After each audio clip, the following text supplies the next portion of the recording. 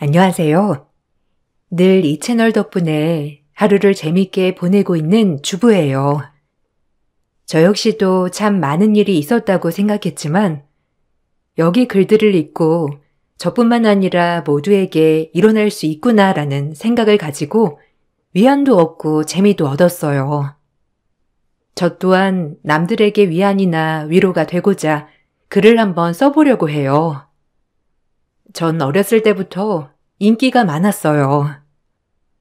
부모님이 예쁘게 낳아주신 것도 있었지만 아무래도 가정교육을 정말 남부럽지 않게 받았기 때문에 제 주변엔 사람이 끊이질 않았어요. 나름 공부도 잘했기 때문에 서울대학교에도 입학을 했죠. 친정 부모님들은 제가 서울대학교에 입학하자 너무나 뿌듯해 하셨어요. 우리 딸이 얼굴만 예쁜 줄 알았더니 공부까지 잘해서 이렇게 부모면을 세워주네. 아유, 고마워라. 영특하다 진짜. 엄마 아빠가 날 이렇게 낳아줬으니까 그렇지. 내가 더 열심히 해서 좋은 데 취직해가지고 아주 호강시켜줄게. 우리가 돈이 더 많았으면 더 좋은 과외도 시켜주고 좋은 학원도 다니게 해줬을 텐데 알아서 잘 자란 것 같아 미안하기도 하네. 아니야. 엄마 아빠가 이렇게 잘 키워준 것만으로도 너무 고마워. 학교 들어가서도 열심히 해야지. 그래서 엄마 기쁘게 해줄게. 전 늘 부모님의 자랑이었죠. 전 서울대학교 심리학과를 나왔어요.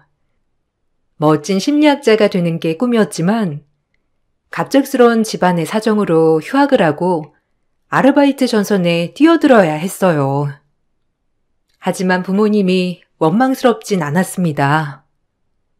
지금까지도 이렇게 멋지게 키워주신 것도 큰 은혜라고 생각했기 때문이에요. 그래서 전 휴학을 했지만 제 학벌로 학원 강사를 시작했어요. 그때 당시 학원 강사의 시급은 다른 아르바이트보다 좋았기 때문에 열심히 했습니다. 강사 일을 하다가 지금의 남편을 만났죠. 남편이 학원 원장이었기 때문이에요. 저와 8살 차이가 났지만 나이 차이가 느껴지지 않을 정도로 다정했어요. 점차 그 남자에게 빠져들었죠. 그리고 저희는 연애를 시작했어요. 남자친구가 나이가 있었기 때문에 저와의 결혼을 완강히 원하기도 했어요. 결혼하자. 내가 잘해줄게. 결혼하고 너 학교도 다시 복학하고 그렇게 살아보자. 어때? 난 좋은 남편 될 수 있을 것 같은데. 결혼? 난 아직 나이도 어리고 준비도 하나도 안 되어 있어. 그리고 지금 집안 사정도 어렵기도 하고 조금 더 기다려줘. 결혼해도 너 꿈 이루게 해줄게. 걱정하지 마. 집안 사정은 걱정 마. 내가 다 준비가 되어 있으니까 돈 걱정은 넣어둬. 남편에게 조금만 더 기다려달라고 했지만 남편은 막무가내로 빨리 결혼을 하자고 했어요. 저도 그런 남편의 모습이 싫진 않더군요. 말도 잘하고 적극적인 그의 모습이 참 매력있다고 생각했거든요. 저 역시도 결혼을 하고 싶은 마음이 크더라고요.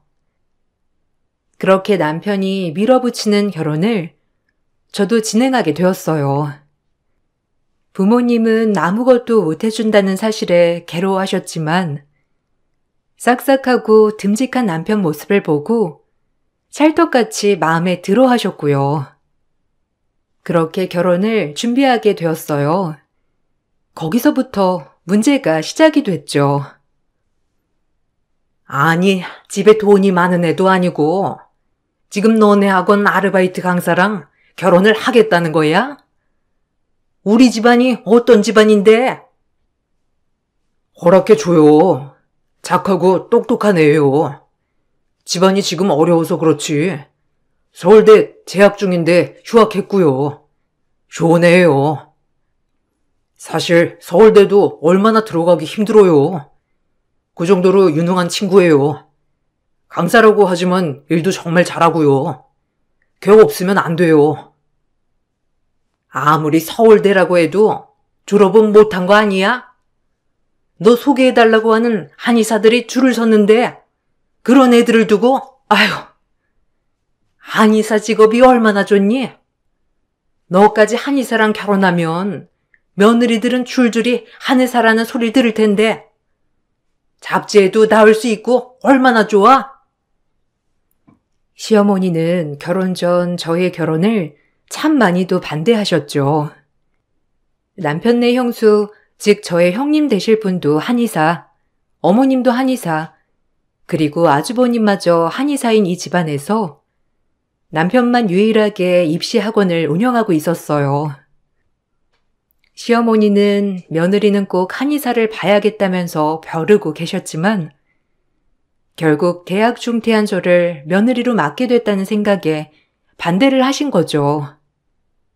하지만 자식이 이기는 부모가 없듯이 결국 시어머님은 허락을 해주셨고 전 그렇게 시댁에 처음 인사를 가게 되었어요. 얼마나 떨리던지 애초에 저를 반대하는 줄은 알았긴 했어요. 나이도 어리고 대학교도 휴학 중인 저를 반갑게 생각하실 일은 없었겠죠.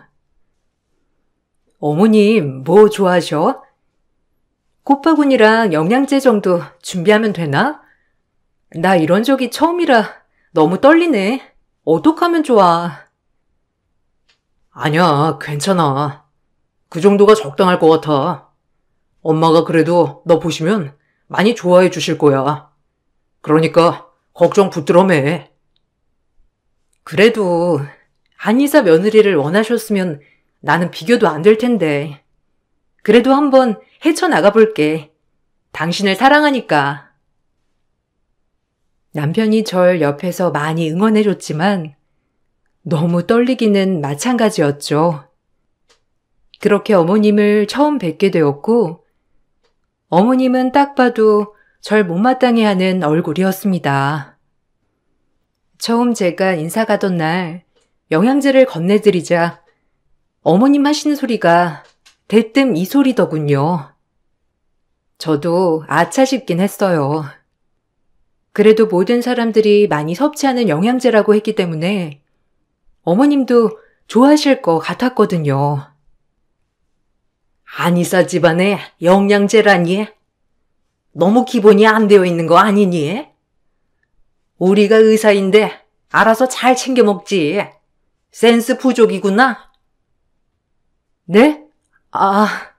그냥 대부분 이거 먹어도 되는 거라고 해서 사봤는데 다음번엔 주의할게요. 처음 뵙겠습니다. 우연수라고 합니다.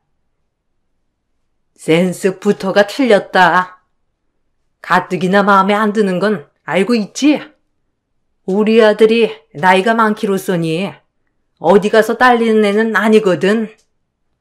인물 좋지, 학벌 좋지. 게다가 어린 나이에 학원 운영까지. 에휴, 어쩌다가. 됐다. 문 앞에 그렇게 서 있지 말고 들어와 일단. 어머님은 제 인사를 받는 둥 마는 둥 하셨고 집 안으로 들어오라고 하셨죠. 집에 들어가니 절 맞아주시는 건 형님들 분이었어요. 절 위아래로 훑으시며 어머님과 같은 표정을 지으며 저를 반겨주었죠. 약간 떨떠름했지만 처음이니 어색해서 그런 거라 생각했어요. 밥이 입으로 들어가는지 코로 들어가는지 모르게 밥을 먹고 눈초리를 받았었죠. 시어머니와 형님은 아주 각별해 보였어요. 그도 그럴 것이 어머님 한방병원에서 같이 일하시고 계셨거든요. 거의 고부 사이가 아닌 모녀 사이라고 해도 믿겠더라고요. 어머님, 오늘 진료보시느라 힘드셨죠? 요즘 들어 한의원에 환자들이 많아져서. 근데 다 어머님만 찾으시는 거 있죠? 어머, 한 원장, 왜 그래? 다들 한 원장 바쁠까봐 나 찾는 거지, 안 그래? 하여튼, 이래서 같이 일하면 좋다니까. 그러니까요. 저도 동서되는 사람은 제 후배나 같은 직종이면 했는데, 뭐, 아쉽게 됐네요. 어머님은 오죽하실까? 아, 형수님, 말 조심 좀. 지금 저랑 결혼할 사람 여기 있잖아요. 뭐 연수한테 궁금하신 건 없으세요? 딱히 없다. 뭐 네가 다 말해줬잖니. 오늘은 그냥 얼굴이라도 보려고 부른 거니까 밥이나 먹고 집에 가면 되겠구나. 남편이 저에 대해 궁금한 게 없냐고 물어보자 시어머니는 딱히 궁금한 게 없다고 하며 남편의 말을 딱 잘라 먹었죠. 정말 머쓱한 첫 만남이었어요. 그렇게 첫 만남을 마치고 집으로 돌아가는 길, 남편이 저에게 참 미안하다고 하더라고요. 저도 어디 가서 이런 수치는 처음이라 너무 어이가 없었고요. 그렇지만 제 진가를 보여드리면 될 것 같다고 생각했어요. 미안하다. 우리 엄마 사실 한의사 며느리 보고 싶어 하셨어. 아무래도 형수도 한의사고 엄마도 한의사니까. 이 결혼 꼭 해야 하는지 잘 모르겠어. 오빠 싫은 건 아닌데 나 정말 어느 누구한테 이런 취급 당하는 거 처음이야. 결혼하면 달라지실 거야. 지금은 아직 미련을 못 버려서 그래. 우리 엄마 그렇게 나쁜 분 아니니까 이해해줘. 알겠지? 그럼 우리 부모님은? 내가 이런 취급받으면서 결혼하길 바라시겠어? 오빠, 우리 집에 올 때마다 부모님이 얼마나 잘해주셔. 안 그래? 미안해.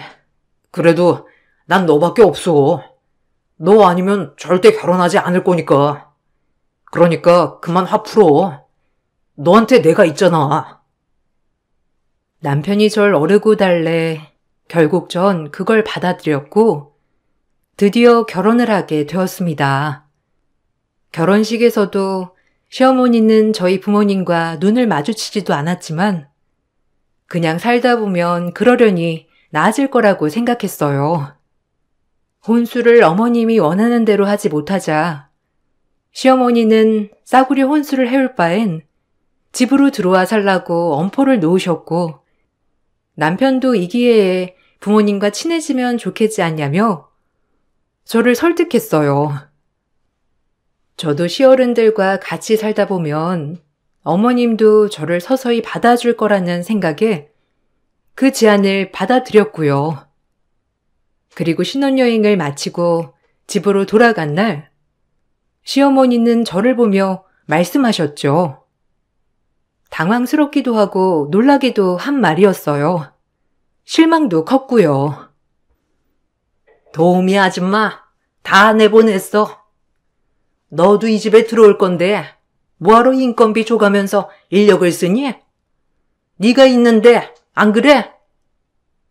아, 저 다음 학기에 학교 복학하려고요.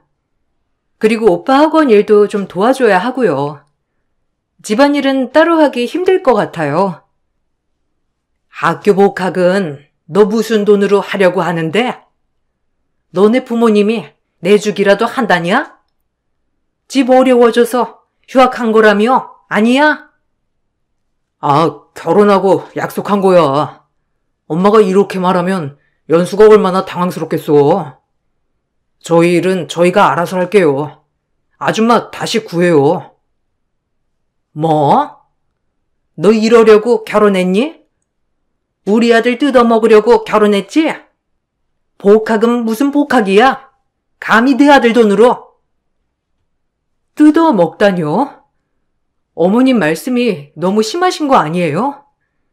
전 이 집 도우미로 들어온 거 아니니까 오늘 들은 건 못 들은 걸로 할게요. 그리고 학교는 제 돈으로 다닐 겁니다. 그러니까 걱정 안 하셔도 돼요. 전 도우미로 이 집에 들어온 게 아니거든요. 명심하세요. 이 말을 끝으로 방으로 들어와 버렸어요. 결혼 전부터 저를 마음에 안 들어 하시는 건 알았지만 이렇게 대놓고 가정부 취급을 하니 눈물이 나더라고요. 어려서 참 귀하게 자랐다고 생각했는데 어디 가서 이런 취급을 당하니까 당황스럽기도 했고요. 이런 상황이 반복되자 저조차도 이 악물어지게 되더라고요.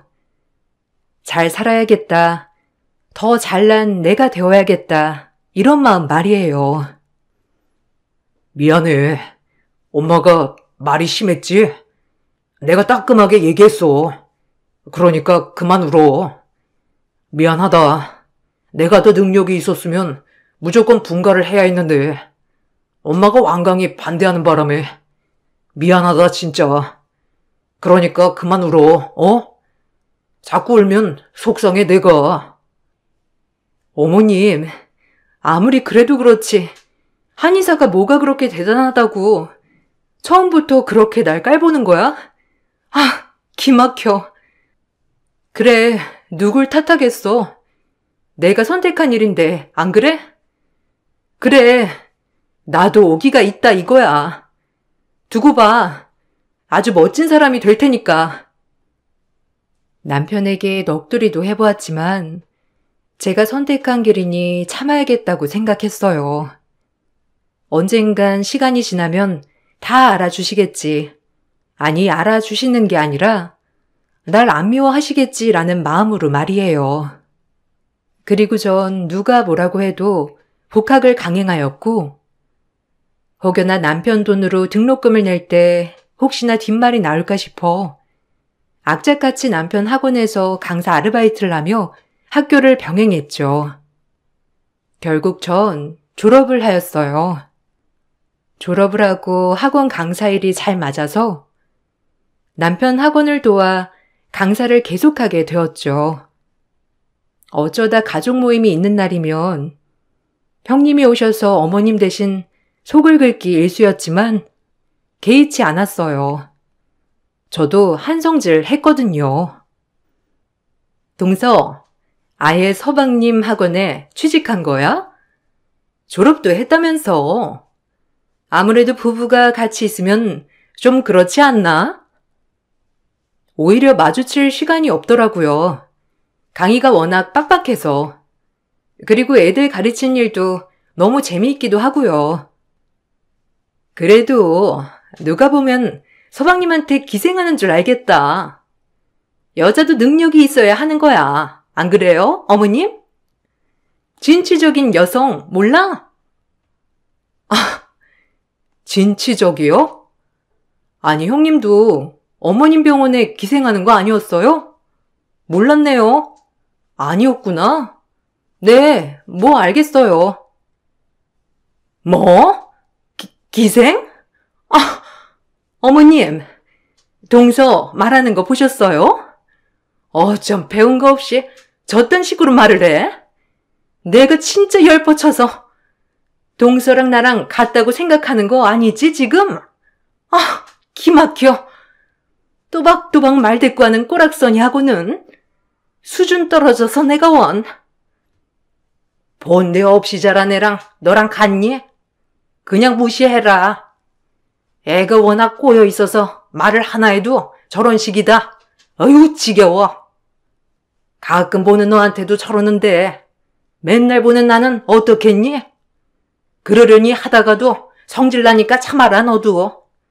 우리가 참아야지.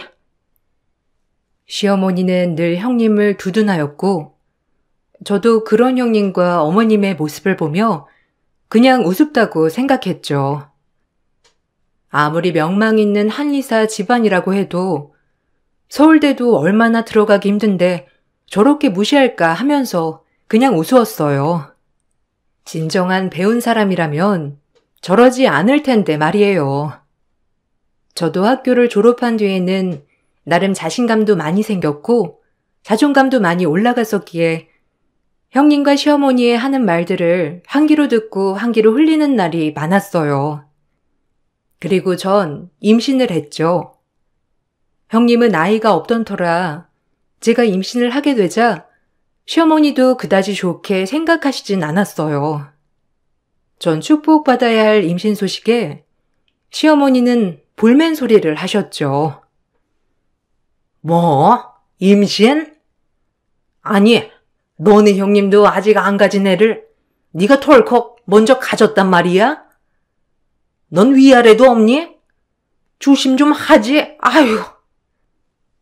임신이 무슨 제 의지로 되나요? 그리고 형님은 형님이고 전 저죠, 어머님. 축복해 주세요. 어머님 손주잖아요. 하여간 밉다 하니까 미운 짓만 골라 하는구나. 너네 형님이 알면 얼마나 속상할 거야, 안 그래? 아유, 머리 아파. 너네 형님이 얼마나 마음이 쓰리겠냐? 하여간 우리 집안이랑 아예 맞지도 않는 애라니까. 임신하면 뭐가 달라질 줄 알았어? 저의 임신 소식으로 인해 시어머니는 저와 더 이상 말을 하지 않으려 했고, 그새 이 사실을 알게 된 형님은 저에게 전화가 와서 고래고래 따지기 시작했어요. 강의 준비 중이었던 저는 얼마나 황당하던지, 한편으론 안쓰럽기도 했지만 한편으론 황당하더라고요. 몇 년째 임신을 기다리는 형님은 저에게 모든 걸 쏟아내듯 와다다다 속사포처럼 말하기 시작했어요. 들어주다 좀 어이가 없었죠. 동서, 임신했다며? 아니, 어떻게 그럴 수 있어? 뻔히나 임신 기다리는 거 알면서 어떻게 먼저 임신을 할 수 있냐고? 형님이 임신 기다리는 줄 제가 어떻게 알았겠어요. 말을 안 하시는데. 그리고 생겼는데 이게 왜 제가 죄인이 되어야 하나요? 뭐? 위아래도 없는 형 같으니라고. 그래, 너 먼저 임신했다 이거지? 그래, 어디 한번 나와봐. 그래도 네가 이 집에서 인정받을 수 있을 것 같아? 어머님은 한의사만 취급해, 알아?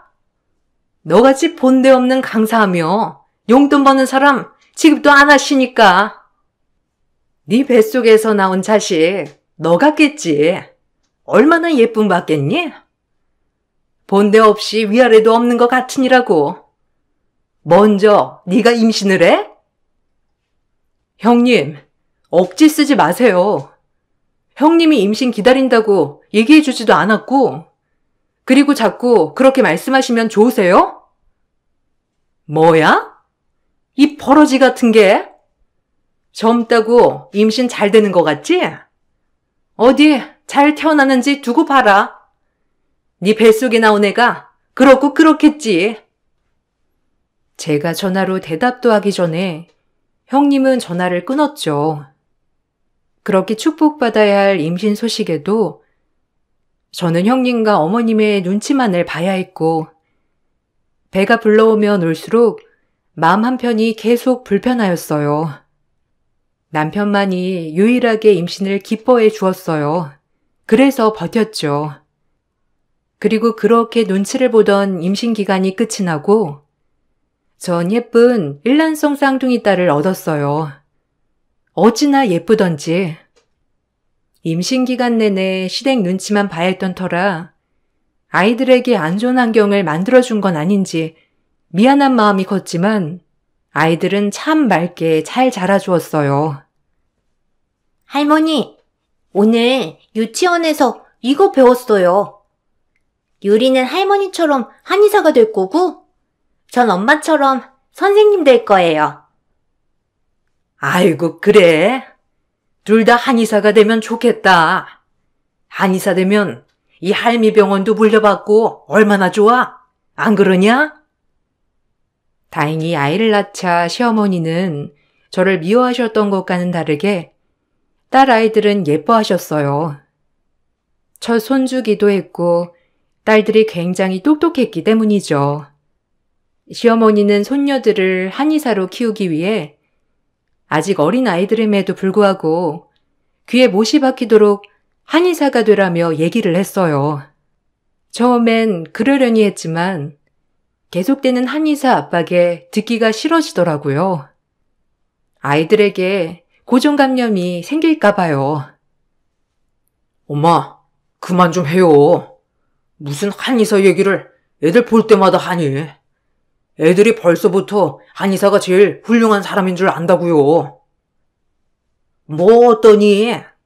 훌륭한 사람 맞지? 안 그래? 지 엄마도 한의사였으면 얼마나 좋아? 5점이야, 5점. 제가 우리 집에 5점.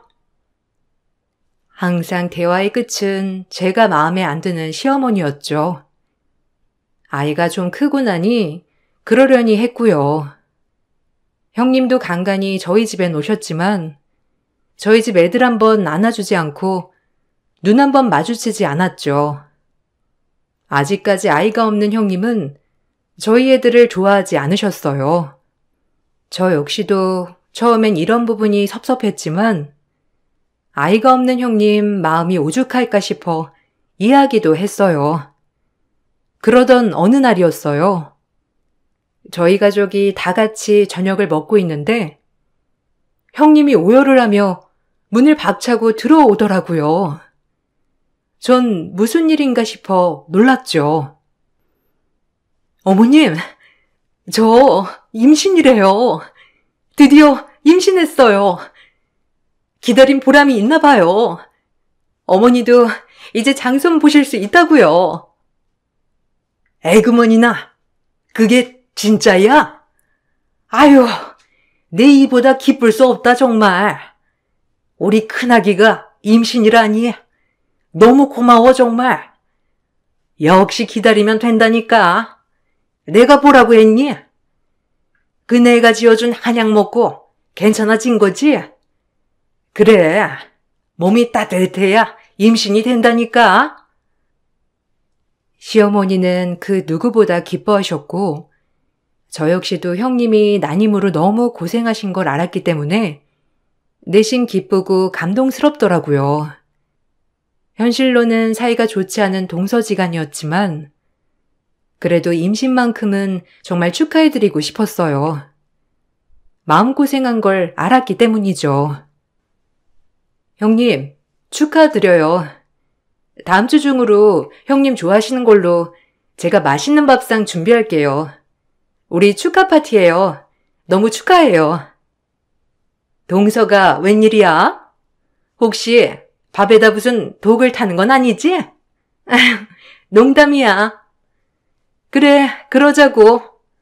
어머님, 그때 또 올게요. 그래. 아이고, 장하다. 내일은 출근하지 말고 푹 쉬어. 간원장 환자들 다 내 쪽으로 돌릴 테니까 몸 조심해야지. 안 그래? 그래도 집안에 경사가 하나 생기니 다들 기쁜 마음으로 축하해 주었어요. 저 역시도 마찬가지였고요. 난임으로 거의 8년 정도를 고생한 걸 알았기 때문에 그 마음이야 오죽할까 싶었거든요. 전 형님의 임신 파티 준비를 하며 밥상을 차렸어요.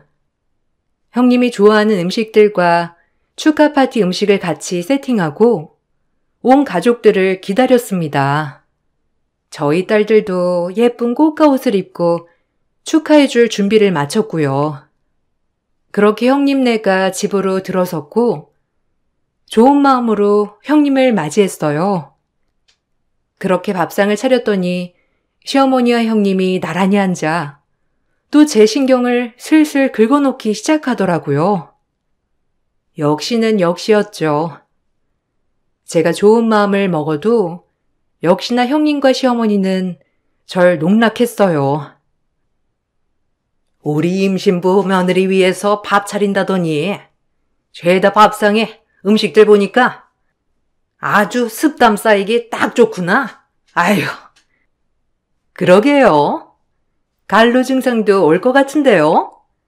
아니, 좀 궁합 좀 보고 차리지. 내가 밥 차려준다 할 때부터 알아봤어. 아휴. 항상 밥 차리는 거 보면 아주 담정병 오기 딱 좋다니까. 네가 맨날 안 먹어봐서 그래. 아휴, 그래도 대충 좋아하는 걸로 골라 먹거라. 그리고 너는 좀 밥 차릴 거면 모르면 나한테 물어보고 잠자코 해라. 아휴, 몸속에 늑폐물 쌓이기에 딱 좋은 밥상이네. 아휴. 형님이 먹고 싶은 것들로만 차린 건데도 문제가 되나요? 아, 그럼 진작에 어머님이 차리시지 그랬어요. 뭐야? 아휴, 말만 하면 말대꾸 한다니까. 내가 너 때문에 제명이 못 산다. 아휴, 꼴 보기 싫어. 몇 년이 지나도 적응 안 돼. 에휴. 하루 종일 밥상 차리느라 고생한 절 앞에 두고 시어머니와 형님은 한의학 용어를 써대며 제 밥상을 비하하는 듯한 발언을 했죠. 기분이 얼마나 나쁘던지 형님의 축하고 나발이고 화가 많이 났어요. 그리고 한참 밥을 먹고 있는데 저희 집 6살 난 쌍둥이 딸들이 이런 말을 내뱉더라고요. 딸들이 뱉은 말 한마디 때문에 집안은 아수라장이 되었고 저 역시도 밥숟가락을 떨어뜨릴 정도였어요. 근데 큰아빠 무정자증이에요? 무정자증이 뭐예요? 아까 큰엄마 가방에 있던 종이에 쓰여 있던데. 엄마, 무정자증이 뭐야? 뭐? 어디서 그런 말을 배웠어? 그런 말 쓰는 거 아니야.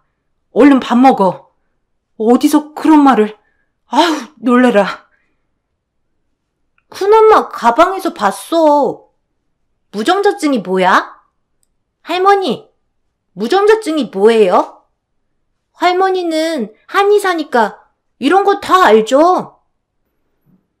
딸들의 말에 시어머니는 얼굴이 새파랗게 질렸고 형님 또한 밥을 더 이상 먹지 못한 채 그대로 얼어붙었죠. 아주버님 또한 어안이 벙벙한 채 가만히 있었고요.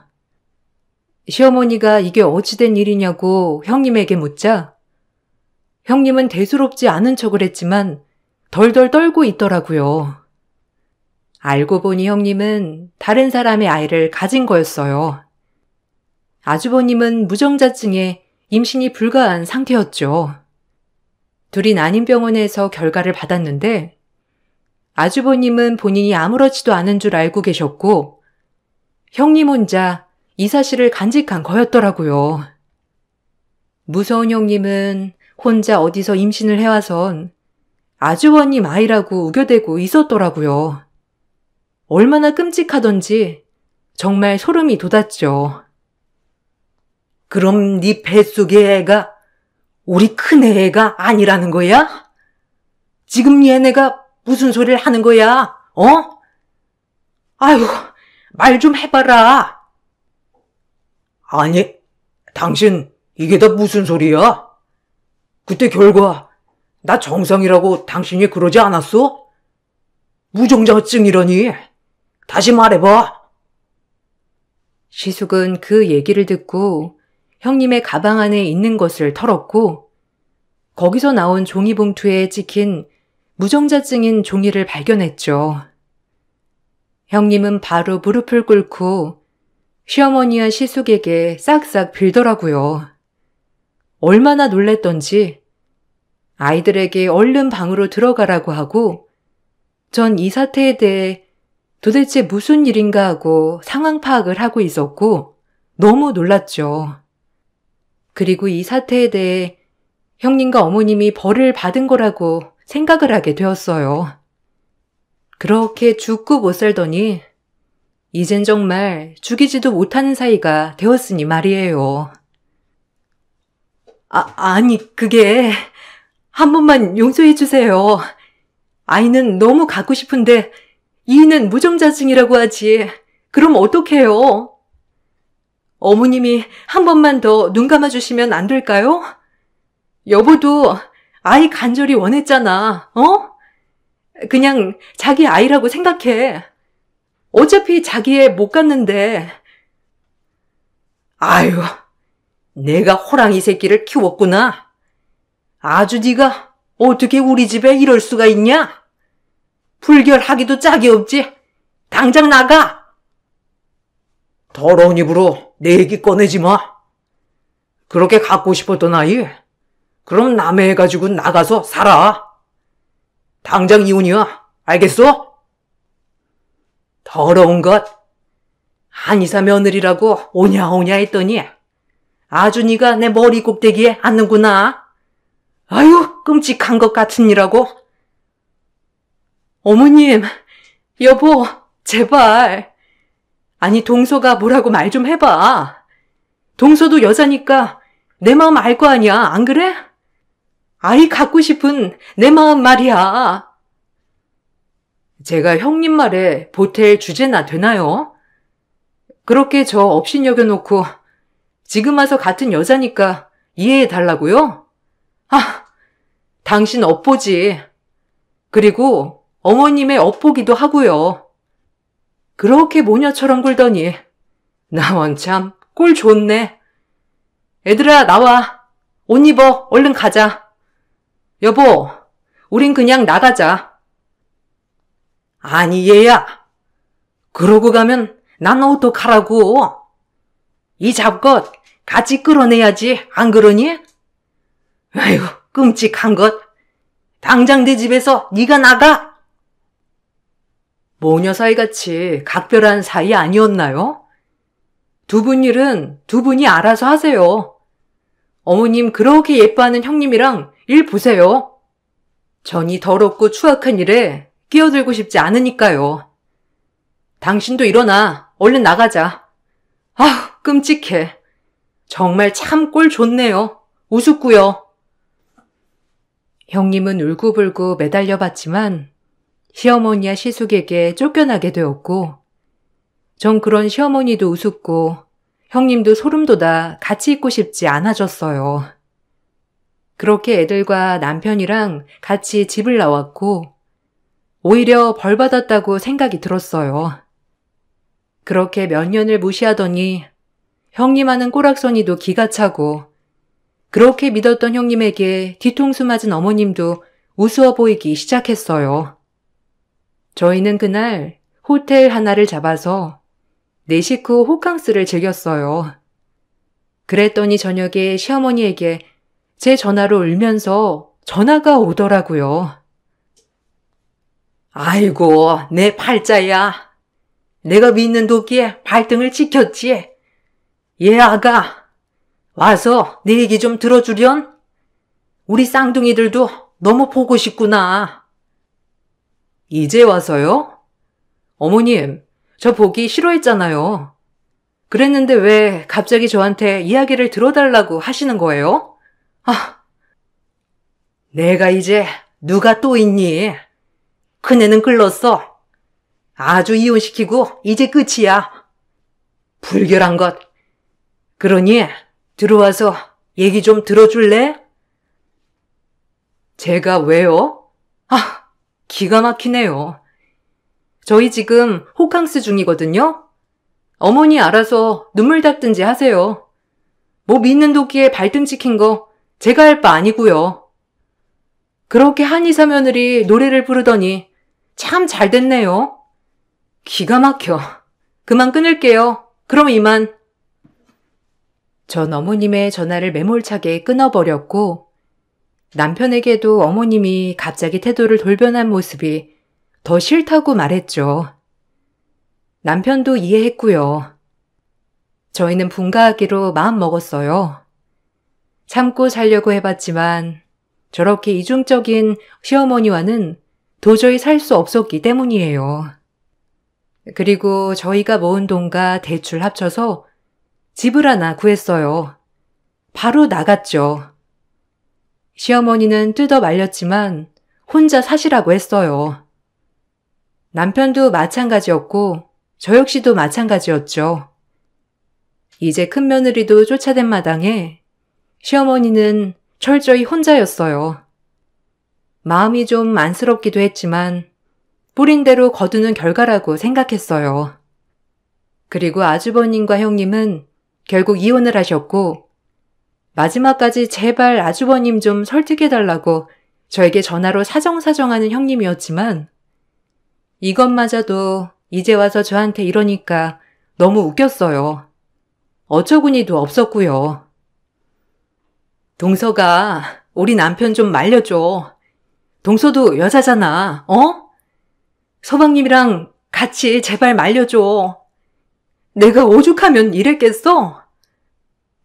이제 와서 나한테 이러고 싶어?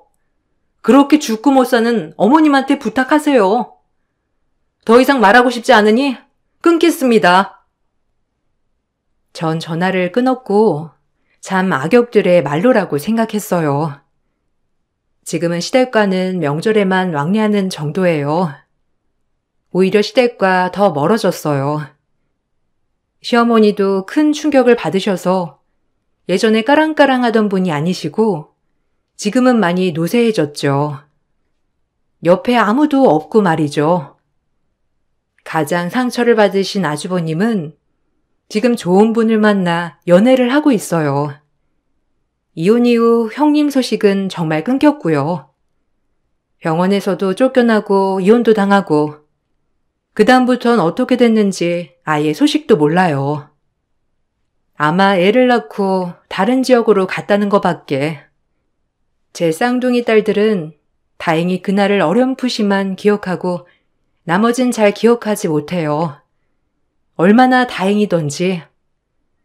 그 끔찍한 사태를 딸들조차 기억하게 하고 싶지 않았거든요.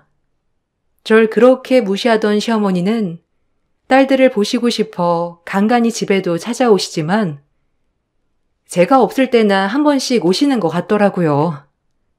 아무래도 그때 이후로 제 눈치를 많이 보고 이제 와서 저를 며느리로 인정했다고나 할까요? 참 씁쓸하긴 하죠.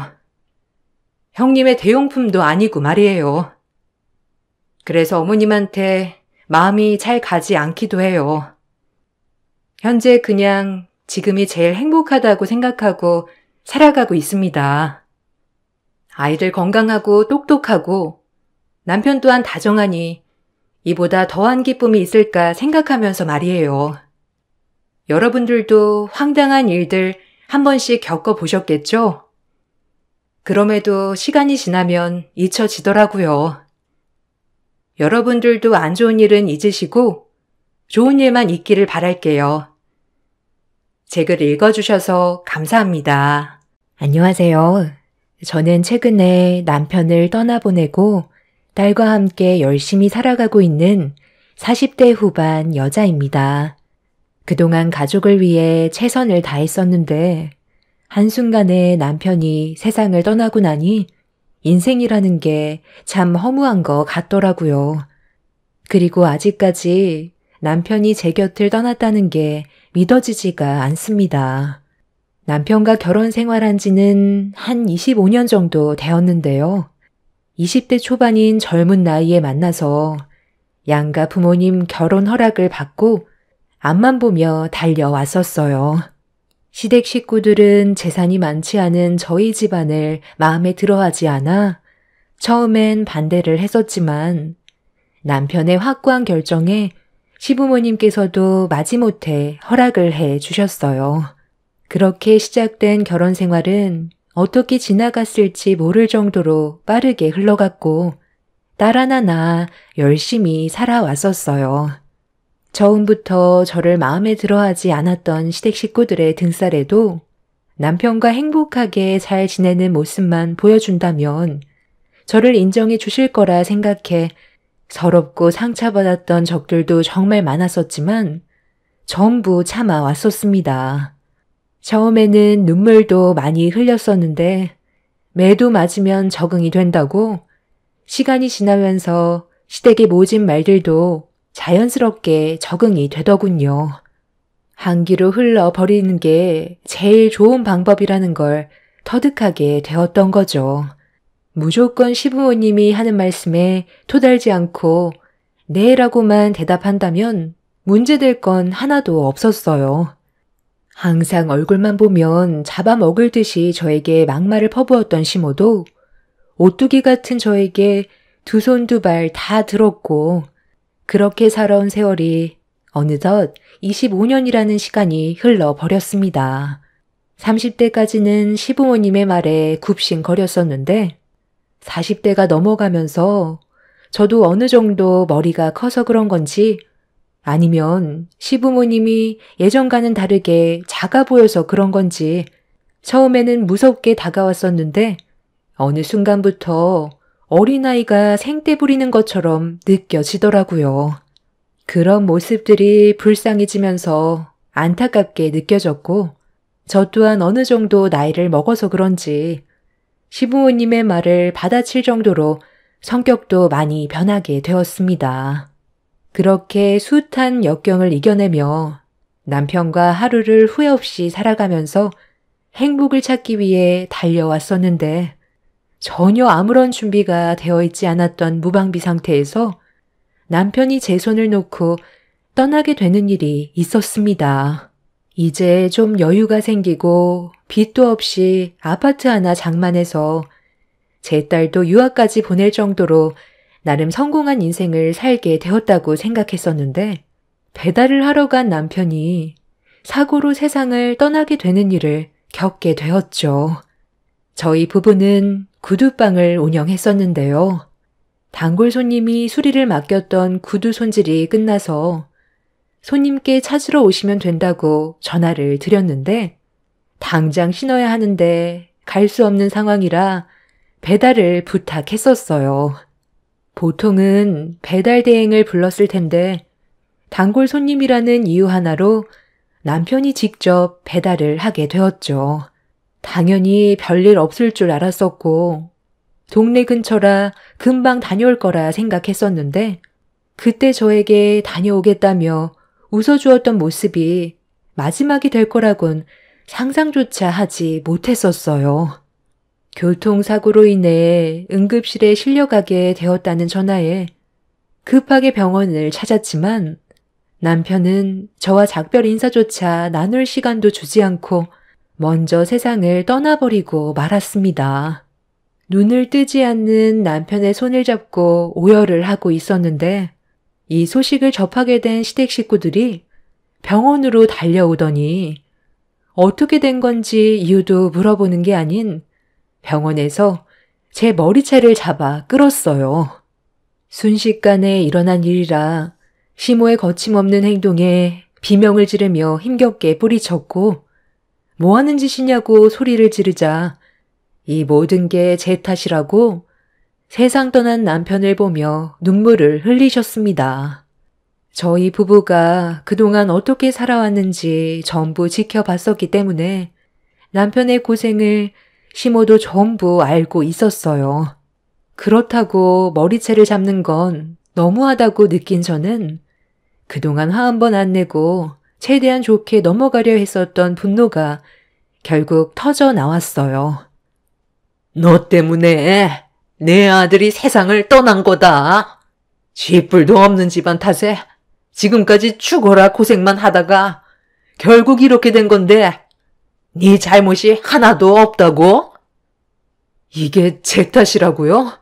이 사람이 돈을 악착같이 벌었던 이유가 뭔데요? 빈대처럼 들러붙어서 어떻게든 베껴 먹으려고 항상 잔머리 굴린 어머님이 제일 문제 아니에요? 저희 좀 편하게 먹고 살고 싶어도 어머님이 돈 버는 족족 찾아와서 이 사람을 따로 불러 항상 뜯어갔잖아요.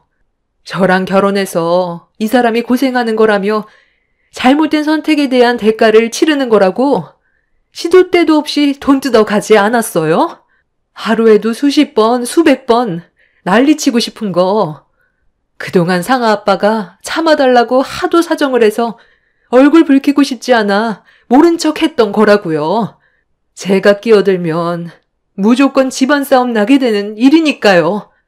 어머님만 돈 뜯어갔어요? 아버님도 똑같이 했잖아요.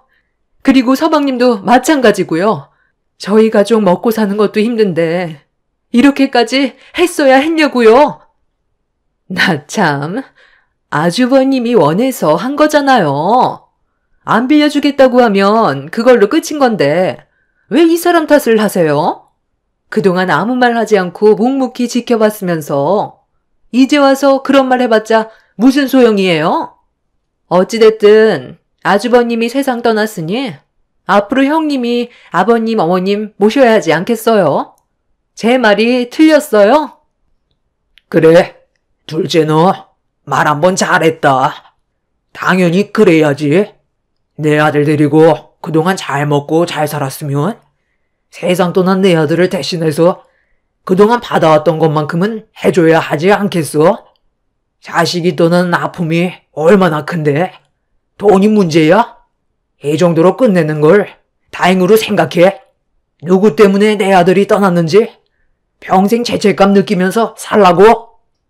정말 말씀이 지나치시네요. 눈 감은 이 사람 앞에서 그런 말이 하고 싶어요? 결혼 초에 저희가 도와달라고 했을 때 땡전 한 푼 지원해주지 않았었고, 저희 둘이 풀 대출받아 집 하나 구해서 보란듯이 잘 살아보겠다고 이악 물고 지금까지 버텨왔었어요. 그런데 저희가 좀 먹고 살만해지니까 가족이라는 이유로 돈 뜯어낸 게 누군지 제가 두 눈으로 전부 지켜보고 있었는데 저보고 지금 이 사람이 했던 행동을 똑같이 이어받으라고요? 당신들이 이러고도 가족이야? 세상 떠난 이 사람 앞에서 돈 얘기 말곤 할 말이 없는 거냐고. 아픔보다는 돈 줄 사람이 없어진 게 마음이 아픈 거겠지.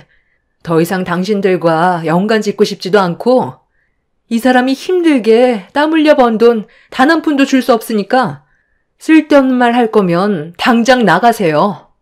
본인들 욕심만 채우려는 당신들 때문에 이 사람이 세상을 떠난 거라고. 남편이 세상을 떠나게 되면서 더는 돈을 지원받지 못하게 된다는 불안감 때문인지 슬픔은 잠시였을 뿐 저에게 돈 말고는 다른 얘기나 위로는 전혀 없었습니다. 남편이 일을 해왔던 것만큼 제가 두 발로 뛰어서 시부모님이 그동안 받아왔던 것만큼은 달라는 식으로 말을 했을 때 화가 머리끝까지 올라왔었죠. 제가 이성을 잃어 난리를 치자 평소의 모습과는 전혀 다른 정신나간 여자처럼 보여서 놀랐는지 자리에서 벗어났지만 그렇다고 아예 집으로 돌아간 건 아니었어요. 제가 어떤 식으로 일을 처리하는지 뒤에서 전부 지켜보고 있었죠. 한바탕 난리가 난 이후 남편의 장례를 치르면서 이 소식을 해외에서 유학 중인 제 딸에게도 알리게 되었어요. 중요한 시기였던 제 딸한테 정신적 충격으로 앞으로의 계획에 차질이 생기게 될까봐 걱정이 됐었지만 장례식은 와야 할 것 같아 전화를 할 수밖에 없었어요. 그런데 다른 것도 아닌 남편의 장례식인데 서로 안 좋은 감정이 있더라도 서로 조심해야 될 상황에 되려 장례를 망치고 있었습니다. 지금 뭐 하는 거예요? 제 말 안 들려요? 장례가 끝나지도 않았는데 부의금 하면은 왜 손을 대는 거예요? 이러려고 연관도 없는 사람들을 불렀어요? 왜 연관이 없어? 오고 가다가 만났던 사람들인데 가만히 있어도 들어오는 돈을 내가 마다할 이유는 없잖아. 이것도 내가 일일이 다 전화했으니까 내 얼굴 보고 와준 건데 당연히 부의금함에 있는 내 몫은 챙겨가는 게 맞는 거잖니. 아들이 세상을 떠났어도 엄마한테 마지막까지 효도하고 떠난 거 봐라. 내 배 아파 낳은 자식이야. 정신적으로 힘든 거 그래도 내 지인들이 위로를 해줬으니까 이렇게 버티고 있는 거지. 부의금도 없었으면 나는 벌써 실신했을 거라고. 당신 은근슬쩍 내 지인 거 챙겨가는데 돈 문제로 얼굴 붉히지 말자고. 당신 지인들 거만 챙기면 되지. 왜 내 걸 눈독 들여? 뭐야? 한두 개 가져간 게 아니네. 얼마 전에 당신이 나한테 돈 빌려갔잖아. 하도 안 갚아서 오늘 좀 가져가겠다는 건데 왜 다시 도로 가져가? 여기서 계산 끝내면 좋잖아. 일단 누가 왔고 얼마를 했는지 내가 먼저 알아야 될 거 아니야. 나중에 집에서 줄 테니까 일단 돈부터 챙기라고 몇 번을 얘기해? 너는 몇 명 안 왔니? 제 지인들은 많이 바빠서 생각보다 적게 왔어요. 이걸로 만족해야죠. 볼일 대충 끝났으면 저는 집에 잠깐 들렸다 다시 올게요. 내일도 있잖아요. 그래도 장례식 하는 동안 뽑아 먹을 수 있는 건 최대한 뽑아 먹어야 되지 않겠어요? 장례 끝나고 나서 후회하는 것보단 전화 한 통이라고 해서 받을 수 있는 건 다 받아내야죠. 예, 여기 있는 부의금 중에 너랑 네 아들 보고 온 사람들도 있는 것 같은데 이것도 내가 다 가져가도록 하마. 원래 오늘이 용돈 받는 날인데 일이 이렇게 되어버렸으니 이거라도 챙겨가야 하지 않겠어? 너희 시애비랑 알아서 나눠 가질 테니까 그렇게 알아라. 내일부터 들어오는 부의금으로 장례식 비용 처리하면 되잖아. 거기에서 내 사람들 건 빼고 너 보고 오는 사람들 걸로 처리한 뒤 남은 건 자비로 알아서 해결하거라. 이런 것까지 세세하게 설명해주는 시애미가 어디 있니? 돈 때문에 하도 신경을 많이 썼더니 배고픈데 한 숟갈 뜨고 들어가야 되겠다. 당신이 운전할 거지? 육개장엔 소주를 안 먹을 수 없지. 자기 아들이 세상을 떠났는데 장례식에서 보인 행동은 친아들이 아닌 것처럼 상식 이하의 모습을 보여주고 있었습니다. 남편의 장례만큼은 조용하게 끝내고 싶었는데 시댁 식구들이 보인 행동들을 봤을 때 인간 취급을 해줄 수는 없었어요. 동물보다 못한 취급으로 대할 수밖에 없었고 서로 웃고 떠들며 지금의 시간을 즐기면서 돈 얘기만 꺼내는 그 인간들의 얼굴을 더는 보고 싶지 않아 한가득 담은 육개장 그릇을 들어 순식간에 시댁 식구들을 향해 뿌려 버렸습니다. 멀건 육개장에 온몸에 튀어버린 시부모와 동서내외는 경악을 했지만 저는 거기에서 그치지 않고 소주병을 들어 당장 나가라고 사정없이 휘둘렀어요. 시댁 식구들은 제가 분노한 모습을 보고 급하게 돈만 챙겨서 도망을 치려 하길래 맨발로 정신 나간 여자처럼 그 인간들을 뒤따라 가려 하자 지인분들이 저를 붙잡아 진정시켜 주었습니다. 이런 경우는 처음 겪어본 터라 다리에 힘이 풀려 그 자리에 주저앉아 눈물을 쏟아내며 가슴을 내리쳤어요. 그래도 자식이 세상을 떠났는데 돈부터 챙기려 드는 시댁 식구들의 행동들에 너무 큰 실망을 하게 된 저는 결국 정신을 잃고 말았습니다. 큰 충격을 받아서 그런지 일어날 힘조차 남아있지 않았었어요. 그렇게 한참 동안 회복을 하지 못한 상태로 남편의 장례를 치르고 있는데 딸이 장례식장에 도착을 했어요. 저를 보자마자 눈물을 쏟아내었고 그래도 제 옆에 딸이 있다는 거에 너무 든든했었습니다. 그렇게 딸의 도움을 받아 남편의 장례는 다시 순조롭게 진행이 되었고 남편을 화장터에서 화장을 한 뒤 납골당에 안치시킨 후 힘들었던 시간들을 겨우 끝낼 수 있었습니다.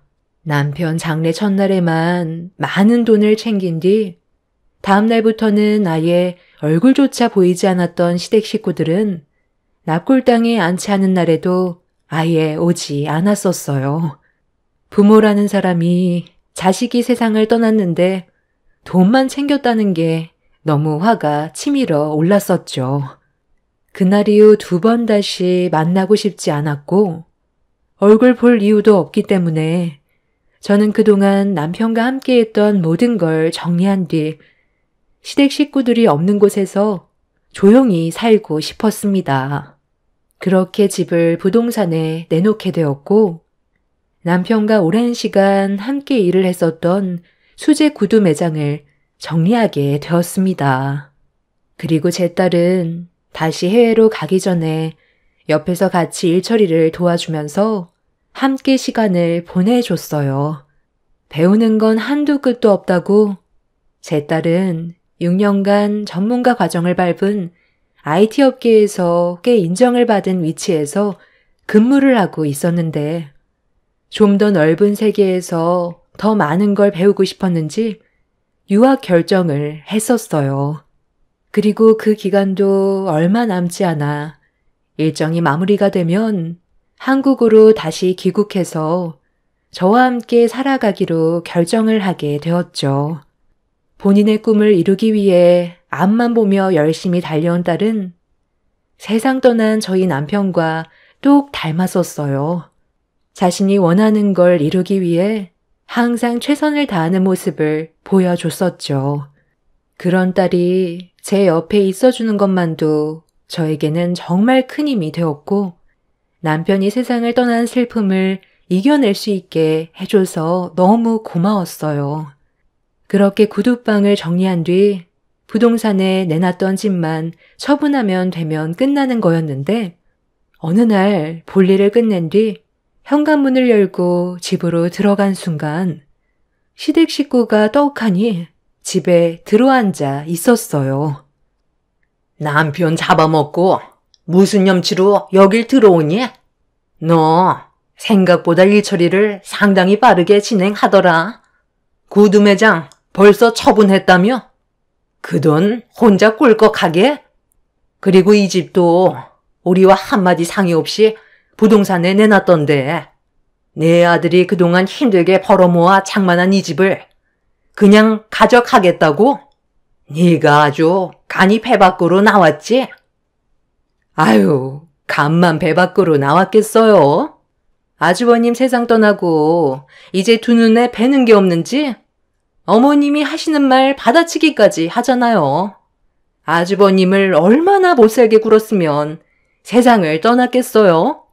겉으론 착한 척하면서 속으론 어머님한테 욕을 한 바가지 퍼부었을걸요?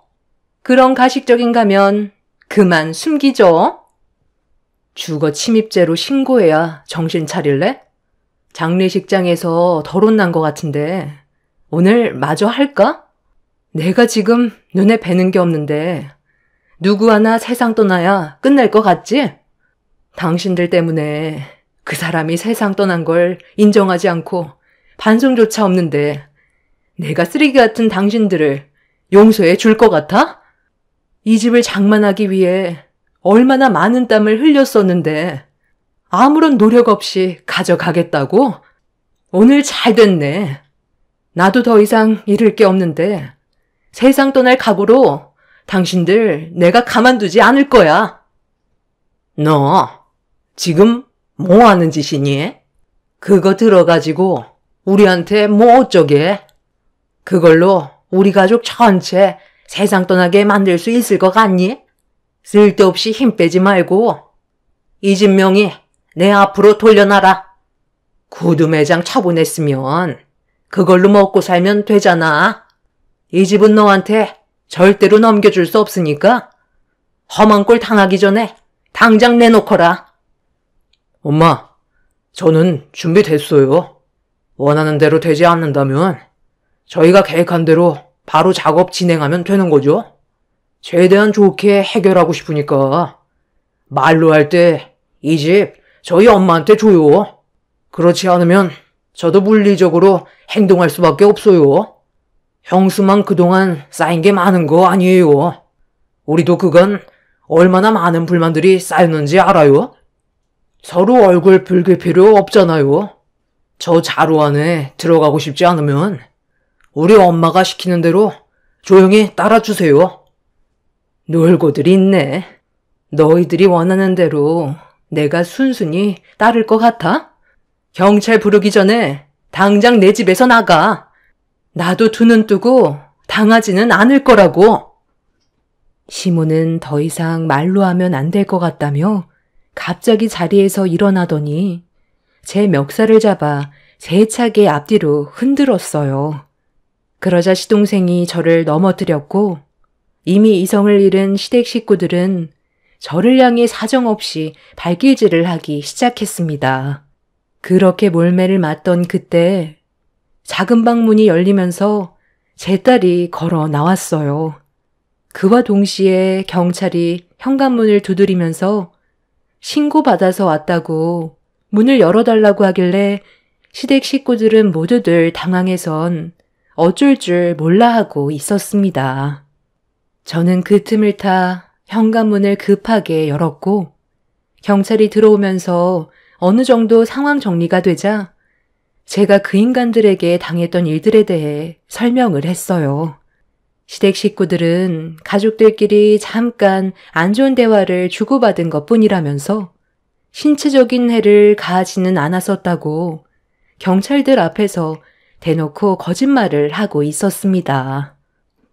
예, 무슨 말을 그렇게 하니? 가족들끼리 서로 의견 충돌이 있다 보면 안 좋은 대화가 오고 갈 수도 있는 거지. 이런 일로 나란 일 하시는 분들을 오게 하면 이게 얼마나 큰 손해니? 아유, 별일 아니니까 그만 돌아가셔도 될 것 같습니다. 집안일이니 저희가 알아서 해결할게요. 원만하게 합의 중에 있었습니다. 그동안 거짓말을 얼마나 많이 하면서 살아왔으면 표정 하나 바뀌지 않고 아무렇지도 않게 경찰들을 속이려 해요. 좀 전까지 당신들이 나를 몰매했잖아. 형님, 몰매라뇨? 잘못된 행동에 대한 접촉이었죠. 그러니까 말로 할 때 좋게 풀어나가면 얼마나 좋아요? 일을 크게 만든 게 누군데 지금 큰 소리예요. 엄마, 제가 말씀드린 대로 이런 상황이 오게 될 거라고 설명했죠. 이래서 사람은 혹시 모를 앞날을 위해 철저하게 준비를 해야 된다는 거예요. 저 사람들의 뱀 같은 열을 자를 수 있는 증거물을 확보하게 된다면 상황은 많이 달라지거든요. 또다시 그 더러운 입으로 다시 한번 입 털어보세요. 남편이 세상을 떠난 이후 모든 일처리가 끝났을 때 돈 욕심 많은 시댁 식구들이 다시 들어올 거라면서 또 다른 피해가 생길 수도 있으니 혹시 모를 일을 대비해서 CCTV를 설치를 하는 게 좋을 것 같다는 딸의 말에 그렇게 하기로 결정을 하게 됐던 건데 생각한 그대로 행동으로 옮긴 시댁 식구들은 결국 본인들의 모습이 그대로 찍혀있는 증거물을 보게 되었죠. 그리고 이런 상황을 뒤늦게 알게 된 시모는 이를 갈면서 저와 딸을 번갈아 쳐다보고 있었어요. 어쩐지 저 작은 방이 문이 잠겨 있길래 왜 그런가 했었는데 네가 들어가 있던 거였니? 우리는 그것도 모르고 완전 뒤통수 제대로 맞았네. 그래서 화가 많이 나셨나 봐요. 그런데 저도 전혀 예상하지 못해서 많이 놀랐거든요. 할머니가 우리 집을 밥 먹듯이 드나들었다면서요. 원래는 비밀번호를 바꾸려 했는데 그렇게 되면 밖에서 더 험한 꼴 당하게 될까봐 일부러 그냥 놔뒀었어요. 그래야 한 번에 모든 걸 정리할 수 있을 테니까요. 그리고 경찰관님, 이번에 저희 아빠가 교통사고 나신 것도 다시 수사 진행해야 될 것 같아요. 문제가 좀 심각하더라고요. 저도 단순 사고인 줄 알았는데 글쎄 방 안에서 대화 나누는 소리를 엿듣게 됐거든요. 그런데 이게 저희 아빠와 연관이 있는 문제였더라고요. 녹음되어 있는 내용에 대해 엄마도 들어보세요. 돈을 달라고 할 때는 살살 달래서 받아내야지. 무작정 손부터 내미니까 이런 일이 생긴 거 아니야? 앞으로 몇십 년간은 충분히 받아먹을 수 있었는데 당신 때문에 다 망친 거라고. 이제 수단과 방법을 가리지 말고 당신이 무조건 받아내. 당신 실수 때문에 내 아들이 세상을 떠난 거잖아. 그게 왜 나 때문이야? 당신이 따라 붙으라고 한 거잖아. 그놈의 도망만 안 쳤어도 이런 일은 생기지 않았을 거라고. 그냥 기다리고 있으면 알아서 줄 텐데 계속 보채면서 따라다니니까 배달 가다가 우리를 따돌리려고 속도를 높이다가 세상을 떠나게 된 거잖아. 이 집 이미 며느리 소유가 됐는데 어떻게 받으라는 거야? 왜 못 받아요? 어머님한테도 충분히 권리가 있는 거라고요. 착한 아주버님이 쥐뿔도 없는 형님 먹여 살리겠다고 악착같이 일하다가 이 꼴을 당한 거라고요. 그런데 엄마, 우리 정말 괜찮겠지? 이 사람이랑 나도 그때 그 자리에 같이 있었잖아요. 돈 좀 빌려달라고 했었는데 그때 형이 자기는 돈으로밖에 안 보이냐면서 나한테 화냈던 게 아직까지 생생히 기억이 난다니까요. 구두 매장이 잘 되니까 도움 좀 받으려 한 건데 너무 매몰차게 거절해서 나도 모르게 화가 나 형한테 막말하고 몸을 밀친 적이 있었잖아요. 이런 일들이 나중에 문제가 커지는 건 아니겠죠? 어떻게 보면 우리 때문에 일이 이렇게 된 거잖아요. 너 입 조심해. 쫄 거 없어. 어차피 장례 치렀고 경찰들도 단순 사고사로 처리했는데 누가 밝힐 건데? 우리는 그냥 뒤쫓아 간 것밖에 없는 거라고. 걱정 안 해도 된다니까. 이대로 조용히 넘어가면 좋긴 하겠는데 나중에 CCTV 확인하거나 그러진 않겠지. 당신이 화난다고 뒤에서 받아버리라고 막 화내는 바람에 일이 이렇게 꼬인 거잖아. 어찌됐든 원인 제공자는 우리들이지만 이 사실을 알고 있는 것도 우리들 뿐이야. 평생 입 닫고 살면 아무 문제 없어. 범인이 왜 걸리는지 알아?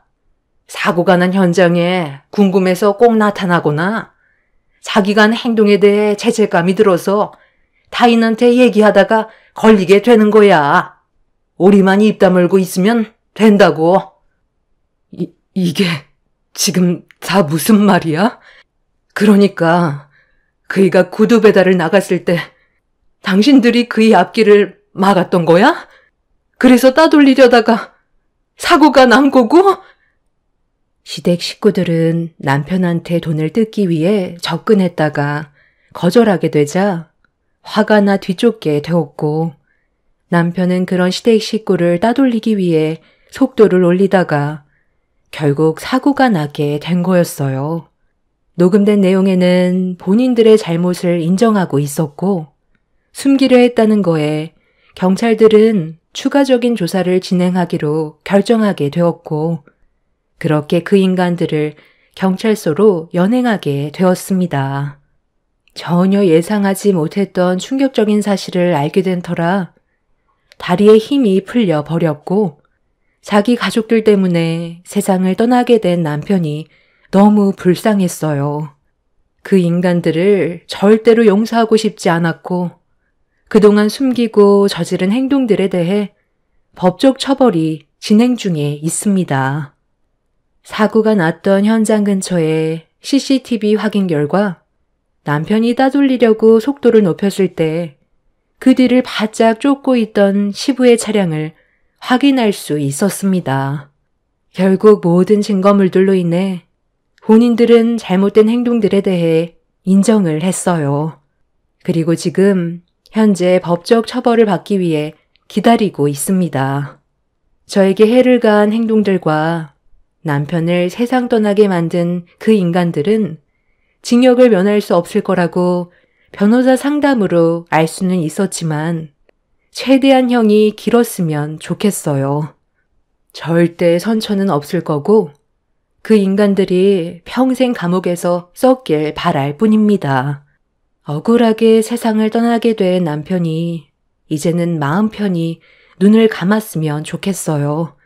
평생 저와 딸을 위해 힘들게 살아왔던 남편이 너무 보고 싶습니다. 법적 처벌의 결과가 나오는 대로 다시 찾아오겠습니다. 제 사연 들어주신 분들 감사합니다. 안녕하세요. 제가 오늘 사연을 신청하게 된 이유는 시댁 집안과의 문제가 걷잡을 수 없이 너무 커져서 앞으로의 일들을 어떻게 처리해야 될지 몰라 고민들을 풀어놓게 되었습니다. 많은 분들께서 제 사연을 들어주시고 의견을 주시면 정말 많은 도움이 될 것 같습니다. 현재 저는 간 이식으로 인해 통원 치료를 다니고 있는 중입니다. 공여자로 3분의 2 가량의 간 이식을 해준 상태라서 그런지 예전보다 몸이 쉽게 피로함을 느끼고 있지만 그래도 저로 인해 사랑하는 사람과 좀 더 함께할 수 있다는 거에 감사할 뿐입니다. 수혜자였던 남편도 지금은 건강을 많이 회복했고 몸에 큰 문제 없이 수술 결과 또한 좋아서 일상생활 또한 잘하고 있습니다. 그런데 문제는 남편에게 간 이식을 하는 데까지 상당히 어려움이 많았었어요.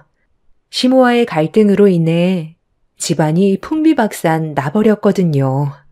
남편이 간경화로 건강상 문제가 생겼다는 걸 온 가족이 알게 됐을 때 시모가 남편의 소식을 듣곤 상당히 놀라셨는지 그날 저희 집으로 바로 달려오셨습니다. 그런데 남편이 간경화로 몸에 문제가 생긴 이유가 앞뒤 다 자르고 저 때문이라며 당장 남편을 살려내라고 화를 냈어요. 가족들 모두 당황해서는 시모를 진정시키려 했지만 이미 이성을 잃어버리셨는지 막말을 거침없이 뱉었습니다. 제가 왜 욕을 먹어야 하는지 전혀 납득을 할 수 없었던 터라 이유를 여쭤본 순간 어이가 없어서 할 말을 잃어버렸었죠. 남편이 간경화로 입원을 하게 된 이유는 제가 아내로서 내조가 부족해 일어난 일이라며 남편의 건강을 조금이라도 신경 써줬다면 이런 일은 일어나지 않았을 거라고 목소리를 높여 화를 냈어요. 그동안 남편과 함께 살아오면서 단 한 번도 가정에 충실하지 않았던 적이 없었는데 그런 말을 들으니 기분이 별로 좋지 않았었죠. 저 또한 시모에게 그간 불만이 상당히 쌓여있던 터라 욱하려던 순간 시모가 눈물을 흘리셨어요. 네가 내 아들을 데려갔으면 살려줘야지. 나도 너무 놀란 나머지 너한테 말을 함부로 했다만 오죽 속상했으면 그랬겠니. 제발 부탁이다. 바로 수술실 들어가자. 엄마는 좀 전까지 이 사람 잡아먹을 것처럼 달려들더니 갑자기 수술실에 들어가자고 하면 이 사람이 뭐라고 생각하겠어요. 저는 소라 엄마한테 이식 받을 생각 없으니까 쓸데없는 말 하지 마세요. 일단 병원에 입원할 거고 기증자 나타날 때까지 기다릴 거니까 이 사람한테 부담 주는 말은 하지 마시라고요. 부부는 일심동체를 하잖니. 이미 결혼을 한순간부터 한 몸인데 배우자한테 문제가 생겼으면 조금의 고민도 하지 않고 바로 이식을 해줘야지. 그게 맞는 거 아니니? 그럼 건강이 점점 안 좋아지고 세상 떠나는 모습을 그냥 지켜만 볼 거야? 기증자가 언제 나타날지 알고 끝까지 기증을 받을 수 없으면 그냥 현실을 받아들이고 세상 떠나게? 엄마가 너를 어떻게 낳았는데? 그건 절대 두고 볼 수 없다. 며느리가 우리 집안 식구가 됐으니 당장 이식해 주거라. 형님이 고민하는 거 보니까 저는 딱 알겠는데요. 아주버님 세상 떠나게 하고 재산 전부 가로채려는 거 제가 모를 줄 알아요? 왜 그렇게 쳐다보세요? 제 말이 틀렸어요? 만약 제가 형님 입장이었다면 조금도 고민하지 않고 바로 이식해 줬을 것 같은데 저한테 들킨 것 같아서 머릿속이 복잡하죠? 뭐라고? 동서 지금 말 다 했어? 내 입장이 어떤지도 모르면서 동서가 뭔데 나를 함부로 판단하고 그런 말을 하는 건데 재산을 전부 가로채려 한다고? 정말 정신 나갔구나. 안 그래도 힘든데 동서까지 화를 더 키우는 거야? 쓸데없는 말 할 거면 어머님 모시고 그만 나가주지 그래. 이런 말 들으려고 문 열어준 거 아니거든? 틀린 말 한 것도 아닌 것 같은데 작은 며느리가 말한 대로 바로 간이식을 해주겠다는 말은 안 했잖아. 고민을 한다는 건 내 아들을 그만큼 사랑하지 않는다는 거고 혼자서 재산 전부를 차지하려고 그런 거 아니야? 그게 아니라면 왜 간이식을 바로 해주지 않겠다는 건데? 무슨 생각을 가지고 있는지 말을 해보라니까. 왜 어머님 입장에서만 생각을 하시는데요? 저희 부모님한테는 아직 말도 꺼내지 못했어요. 제가 이 사람한테 간이식을 해준다고 하면 어떤 말이 나올지 뻔히 알고 있는데 부모님 마음에 상처까지 주면서 이를 강행할 수는 없는 거잖아요. 이런 말을 듣게 될 거라곤 정말 상상도 못했는데 진짜 너무하시네요. 남편의 건강에 문제가 생겨 힘든 상황인 거 뻔히 알면서도 저한테 상처되는 말을 거침없이 뱉어댄 시모와 동서 때문에 기분이 좋지 않아 그날 처음으로 가족들 앞에서 목소리를 크게 높이며 당장 나가달라고 화를 냈어요. 그렇게 좋지 않은 감정은 좀처럼 풀리지 않았고 남편이 입원을 하게 되면서 저희 부모님께서도 남편이 간경화로 몸 상태가 좋지 않다는 걸 알게 되셨어요. 좋아질 수 있을 거라는 희망을 주신 부모님과 좋은 대화를 주고받고 있었는데 하필 그 타이밍에 시댁 식구들이 남편이 입원했다는 소식에 병실로 찾아오게 되면서 다시 한번 얼굴을 마주하게 되었습니다. 저는 시모의 얼굴을 보자마자 기분이 좋지 않았었죠. 아이고 사돈, 이게 얼마만입니까? 서로 바쁘다 보니 시간을 자주 낼 수가 없어서 소식만 듣고 있었는데 몸 건강히 잘 지내고 계셨나 봐요. 얼굴에 광이 나시네요. 제 아들은 간에 문제가 생겨서 얼굴이 노랗게 떠버렸는데 기증자도 언제 나올지 몰라 요즘 저도 밥 한 숟갈 뜨지 못하고 사는 게 말도 아닙니다. 네, 자식이 아픈 게 제일 힘들죠. 분명 기증자가 나올 거니 너무 걱정하지 마시고 좋게 생각하시는 게 모두의 건강을 위한 길이라고 생각합니다. 부정적인 생각보다는 희망을 가지는 게 좋지 않겠어요? 가족들이 몸 관리를 잘해야 진서방도 챙겨줄 수 있죠. 의사 말로는 아직 시간이 있으니까 기다리다 보면 좋은 소식이 올 거라 했으니 너무 걱정하지 마세요. 제 딸도 옆에서 최선을 다하고 있으니 가족들이 관심만 가져준다면 충분히 이겨낼 수 있을 거라 생각합니다. 자기 자식 아니라고 말 참 쉽게 하시네요. 좋은 소식이요? 간 기증 받으려고 줄 서 있는 대기 환자들이 얼마나 많은 줄 아세요? 뭘 알고 그런 말을 하셔야죠. 내 아들한테 언제 차례가 올지 모르는데 괜한 희망으로 괴롭게 하지 마시라는 겁니다. 기증해 줄 것도 아니면서 말만 그렇게 하면 뭐합니까? 며느리한테 기증해 달라고 한마디 했다가 며칠 전에 욕만 한 바가지 먹었던 거 아세요? 절대 기증 안 해줄 거라는 말을 들었을 때 며느리로 받아준 거 정말 많이 후회했어요.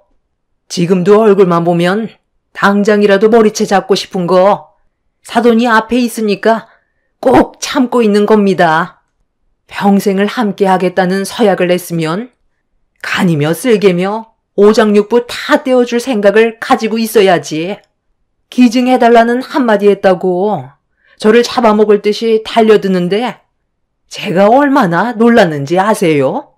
어른한테 목소리 높이면서 당장 나가라고 소리치는데 며느리한테 그런 대우 받으니까 기분이 상당히 더럽더라고요. 사돈은 며느리가 제 아들한테 기증해 주는 거 어떻게 생각하세요? 왜 저희 엄마한테 뭐라고 하시는 거예요? 이 사람 하루라도 빨리 건강을 회복시키고 싶으면 어머님이 대신 기증해 주시면 되는 거 아니에요? 너는 생각이 없니? 내 나이가 몇인데 기증을 해줘. 늙어 빠진 간을 내 아들한테 주는 게 좋은 줄 알아? 그건 해주고도 욕먹는 거라고. 그럼 서방님이 해주면 되는 거잖아요. 맨날 이 사람한테 하나뿐인 형 아낀다고 엄청 챙겨주는 척 하면서 야금야금 돈 빌려갔으면 이제는 형을 위해 그동안 받은 만큼 돌려줄 때도 됐잖아요. 제가 옆에서 말을 안 하고 있던 것도 가정에 불화가 생길까봐 묵묵히 지켜보고 있던 거였어요. 돈 빌려간 거 안 갚아도 되니까 서방님도 그렇게 아끼는 형을 위해 큰 선물 하나 해주세요. 그래야 가족끼리 서로 웃으면서 지낼 수 있죠. 어머, 형님. 방금 한 말은 좀 지나친 것 같은데요? 이 사람이 우리 집안의 가장인데 수술하다가 잘못되기라도 하면 우리 식구 책임질 수 있어요? 동서, 말 참 웃기게 하네. 그럼 내가 기증해줘서 잘못되면 동서가 우리 가족 책임져 줄 수 있니? 어디서 지금 목소리를 높이고 있어? 형수님, 말을 좀 이상하게 하시네. 형이 빌려주고 싶어서 그런 건데 왜 간을 기증해주는 거랑 연관을 짓는 거죠? 돈 갚으면 되잖아요. 또다시 서로의 얼굴을 붉히면서 안 좋은 분위기가 만들어졌고 저희 가족들한테만 모든 책임을 물으려는 시댁 식구들의 행동들에 화가 나 안 좋은 말들이 계속해서 이어지고 있었어요. 이런 모습들을 지켜보고 있던 남편도 기분이 좋지 않았는지 다들 병실에서 나가달라며 다시는 찾아오지 말라고 화를 내게 되었죠. 남편이 흥분을 가라앉히지 못하자 시부께서 시댁 식구들을 데리고 집으로 돌아가셨고 남편은 저희 부모님께 고개를 숙이며 대신 사과를 드렸습니다. 그날 이후 시댁 식구들은 병원을 찾아오지 않았고 남편의 건강 상태는 생각보다 급격하게 안 좋아지고 있었습니다. 하루가 다르게 변해가는 남편의 모습에 너무 불안했던 저는 어떻게 해야 할지 몰라 결국 눈물을 흘리게 되었고 남편은 괜찮다는 말을 했지만 겉으로 보이는 모습은 절대 그렇지 못했었죠.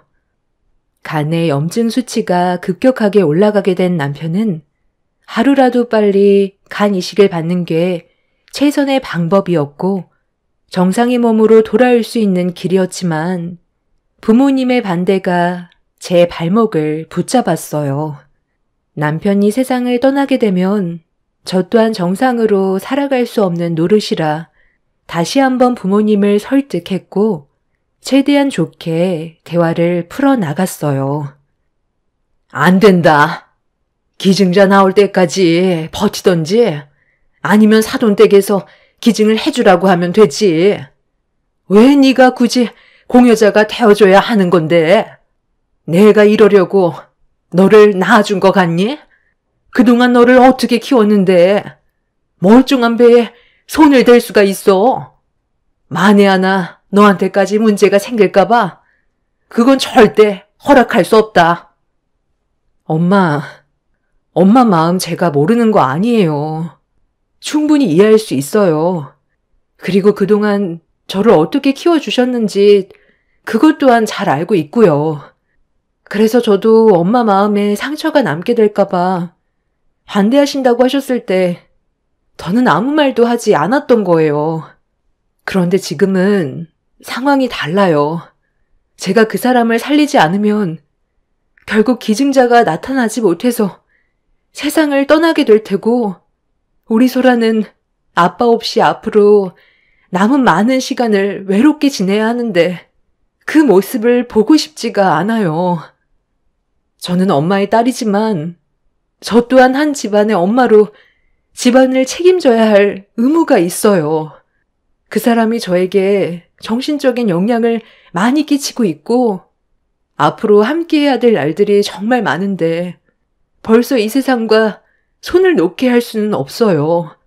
제가 진심으로 사랑하는 사람이고 평생을 함께하고 싶은데 힘들어하는 모습을 보고 있으면 제 마음이 찢어질 정도로 너무 아파요. 엄마도 아빠가 간경화로 쓰러지게 되면 이식해 주실 거잖아요. 그냥 모른 척하고 손 놓고 있으실 거예요? 그거랑은 다른 거잖아. 너는 내 자식인데 어떻게 엄마 아빠랑 비교를 할 수가 있어?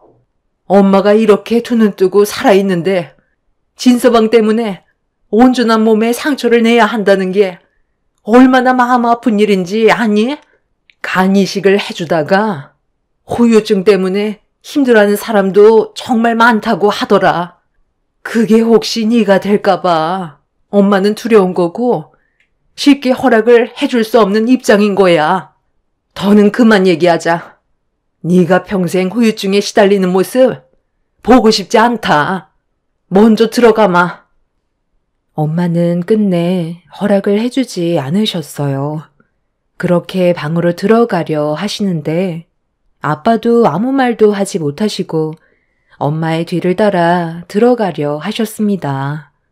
부모님 허락 없이 남편한테 간을 기증해 주겠다고 밀어붙이는 건 부모님의 마음에 대못을 박는 거나 다름없기 때문에 독단적인 행동은 하고 싶지 않았어요. 남편한테 기증을 해주고 싶은 마음은 이미 결정이 내려졌었지만 부모님께서 허락을 해주지 않는다면 저도 아무것도 할 수가 없었습니다. 이러지도 저러지도 못하는 상태라 결국 눈물이 쏟아져 나왔고 해결되지 않은 답답한 상황 속에 괴로워하고 있었는데 침묵만 흐르던 집안에 초인종 소리가 울려 퍼졌습니다.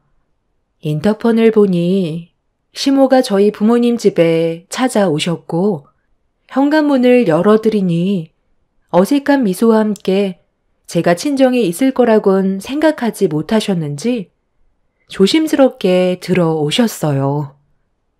연락도 없이 저희 부모님 집엔 왜 오신 거예요? 지금 집안 분위기가 별로 좋지 않아서 대화하기 힘들 것 같은데 나중에 다시 오시던지 따로 연락 주시면 안 될까요? 아니다. 여기까지 오셨는데 돌아가시라고 하는 것도 예의가 아니지. 오늘은 저희도 오랜 시간을 내어드릴 수 없어서 용건만 간단히 해주셨으면 좋겠네요. 제가 여기까지 왜 찾아왔는지는 사돈도 잘 알고 계실 텐데요. 제 아들 몸이 급격하게 안 좋아졌다고 하는데 할 수 있는 게 아무것도 없다는 현실이 너무 답답해서 찾아왔습니다. 돈이 아무리 많아봤자 할 수 있는 게 없더라고요. 기증은 절차대로 움직여야 되다 보니 제 아들도 차례를 기다려야 되는데 이러다 오래 버티지 못하고 세상을 떠나게 될까봐 너무 불안하기만 합니다. 원하시는 거 있으면 다 말씀하세요. 전부 드리도록 하겠습니다. 그러니 제발 며느리가 제 아들한테 이식을 해줄 수 있게 허락해 주시면 안 될까요? 논현동에 118억 상가 하나 있는데 간이식만 해준다면 바로 드리도록 할게요. 자식이 세상 떠나기 일보 직전인데 가지고 있는 재산이 뭐가 필요하겠어요? 저도 폐 아파 낳은 자식이고 먼저 눈을 감는 모습은 보고 싶지가 않습니다. 어려운 결정이시겠지만 둘이 진심으로 사랑하고 있고 앞으로 함께 살아갈 날이 많은데 배우자를 잃게 되면 얼마나 마음이 아프겠어요. 눈 감으면 그땐 후회해도 소용이 없는 거잖아요. 제 아들이 두 번 다시 돌아오지 못하는 강을 건너게 되는 걸 절대로 보고 싶지가 않아요. 그러니 제발 부탁드립니다. 시모의 눈에서 처음으로 눈물을 흘리는 모습을 보게 됐어요. 그리고 병실에서 안 좋은 대화가 오고 갔던 거에 대해서 진심으로 용서를 구하며 무릎까지 꿇으셨습니다. 엄마도 같은 부모로서 마음이 안 좋으셨는지 혼란스러워 하셨지만 기증을 허락해 주겠다는 말은 차마 입 밖으로 꺼내지 못하셨습니다. 그렇게 한참 동안 시모와 저희 부모님께서 진지하게 대화를 풀어나갔고 엄마는 시모가 오기 전에 이미 제가 찾아와서 남편의 기증을 허락해달라고 얘기했었다며 고민을 많이 하셨어요. 시모는 진심을 다해 저희 부모님께 간절하게 부탁을 드렸고 저 또한 남편의 생사가 달린 문제라 허락해달라고 부탁드렸습니다. 결국 엄마는 눈물을 흘리시면서 간 기증을 허락하게 되셨고 시모는 저희 부모님께 넙죽 엎드리며 감사의 눈물을 흘리셨어요. 그리고 저는 남편의 건강을 되찾기 위해 며칠간 검사를 진행했고 제 간을 남편에게 떼어주게 되었죠. 다행히 저와 남편은 둘 다 수술 결과가 정말 좋았었고 걱정이 많으셨던 부모님께서도 안도의 한숨을 내쉬면서 눈물을 흘리셨어요. 남편은 저희 부모님께 정말 감사하다면서 제 손을 잡더니 앞으로 열심히 살아가겠다며 그동안 마음고생이 심했는지 오열을 했어요. 그렇게 하루가 다르게 회복을 하던 남편은 여러 가지 검사와 함께 간이 정상적인 기능을 하는지 지켜보며 또 다른 후유증이 갑자기 나올 수도 있다는 의사의 말에 안정을 되찾을 때까지 병원에 입원을 했고 저도 며칠 동안 입원을 하면서 몸 상태를 체크하며 함께 병원 생활을 했었어요. 수술 결과가 좋았다는 소식에 온 가족이 병실에 찾아와 과거에 안 좋았던 기억은 전부 잊어버리고 좋은 말만 해주고 있었는데 동서와 서방님이 병실 문을 열며 들어왔어요. 그런데 뭔가 기분이 좋지 않았는지 얼굴에 불만이 한가득 쌓여서는 저와 남편을 번갈아 보면서 입을 열었는데 그 한마디가 상당히 불편하게 다가왔습니다. 아유, 진짜. 제가 얼마나 바쁜지 알면서 꼭 오늘 불렀어야 돼요? 제 직업이 변호사인 거 잊은 건 아니죠? 오늘 골프 모임도 중요한 자리였는데 뭐 얼마나 큰일이라고 바쁜 저를 부른 거예요? 제가 이것 때문에 이 사람이랑 오면서도 한참을 싸웠다고요. 수술 결과 잘 끝났으면 그걸로 된 거지. 꼭 얼굴 봐야 되는 거예요? 가족이면 당연한 건데 지금 일이 중요하다는 거니? 방금 큰일이 아니라고 했어? 얼마나 큰 대수술이었는데 본인 일이 아니라고 쉽게 말을 꺼내는 거야? 아유, 작은 며느리가 많이 바쁘다 보니까 그런 건데 너무 뭐라고 하지 마세요. 개인적인 사정이 있었는데도 일단 왔으면 좋게 넘어가자고요. 그러니까 바쁜 애들 부르지 말라고 했는데 왜 굳이 불러서 오늘같이 좋은 날 분위기를 망쳐요. 이번에도 큰 사건 하나 들어왔다는데 수임료가 상당히 높다면서? 네, 제가 어느 정도 능력이 되니 요즘 돈 되는 것들이 꽤 들어오더라고요.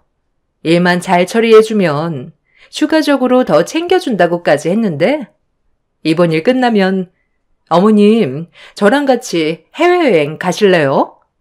주말마다 골프 모임 다니는 것도 다 좋은 건수 하나 잡으려고 발품 파는 건데 아버님이 하필 오늘 초를 치셔가지고 다 된 밥에 재를 뿌리셨다니까요. 잘난 며느리 두셨으면 이해도 해주실 줄 아셔야지. 앞뒤 꽉 막히셔서 무조건 병원부터 오라고 하시는 게 맞는 거예요? 얼굴 봤으니까 이제 됐죠? 그럼 저희는 바빠서 이만 나가볼게요. 어머님, 저녁에 전화 주세요. 오래간만에 저희 외식이나 해요. 오늘 할 말 있으시다면서요? 그렇지. 내가 할 말이 있다고 했었지. 그런데 나도 저녁에 약속이 있어서 오늘은 만날 시간이 없을 것 같거든. 잠깐만 기다려봐라. 내가 너한테 줄 게 있다. 어머, 어머님, 이거 정말 저 주시는 거예요? 제가 가지고 싶다고 입이 닳도록 노래를 불렀던 논현동 상가잖아요. 변호사 사무실 하나 차리고 싶은데 돈이 많이 부족해서 그동안 정말 힘들었었는데 갑자기 왜 마음이 바뀌신 거예요? 다시 돌려달라고 하시는 건 아니죠? 내일 당장 사무실 개업 준비해야 되겠어요. 네가 저번에도 우리 지인분들 안 좋은 사건 휘말렸을 때 전부 해결해 줬었잖니. 앞으로도 잘 부탁한다고 주는 거니 마음 편히 받아도 된다. 내 며느리는 오직 너 하나뿐이잖냐. 점심 안 먹었으면 우리 나가서 오래간만에 소고기집이나 갈까? 우리 작은 며느리한테 부탁할 게 좀 있는데 시간 괜찮지? 아유, 어머님한테는 없는 시간도 내드려야죠. 제가 이래서 어머님을 좋아한다니까요. 저는 어머니만 옆에 있으면 돼요. 아버님은 제 인생에 걸림돌만 되는 것 같아요. 당신 지금 내 앞에서 뭐 하는 짓이야? 누구 허락 없이 논현동 상가를 작은 며느리한테 넘겨주는 건데 당신이 무슨 권한으로 그런 결정을 내리는 거냐고? 부부끼리 뭘 이런 거 가지고 그래? 당신께 내 거고 내게 당신 거지. 작은 며느리가 변호사 사무실 차리고 싶다고 예전부터 입이 닳도록 얘기했는데 이번에 큰 사건도 맡았다는 말에 앞으로 더 열심히 하라고 주는 건데 그게 잘못된 것도 아니구만. 새삼스럽게 내 일에 끼어들고 그래?